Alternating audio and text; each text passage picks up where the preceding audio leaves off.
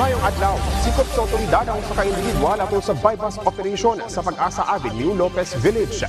Barangay Matina Crossing, Davao City, natong Mayo 6 ning tuiga. Ang dinakpan gilang si alias Pre, 32 anyos nga residente sa Barangay Takunan. Nakumpiska gikan kaniya ang 2 ka pakete sa gidudang sabu nga gibanaban mo kantidad sa kapin kulang 26,000 pesos. Ananasab sa kustudiya karon sa otoridad ang dinakpan samtang gi-turn over na ang nakumpiskang ebidensya sa Regional Forensic Unit 11 alang sa ipahigayong laboratory examination. Ang dinakpan magatubang sa kasong paglapas sa Republic Act No. 9165 kung Comprehensive Dangerous Drugs Act of 2002. Nakadawat og tabang pinansyal ang 7 ka mga centenarian sa Davao Oriental gikan sa provincial nga kagamhanan niadtong Mayo 6 ning tuiga. Dingawa sa 100,000 pesos nga ilang nadawat gikan sa National Commission of Senior Citizens ubos sa Republic Act No. 11982 isip National Incentive.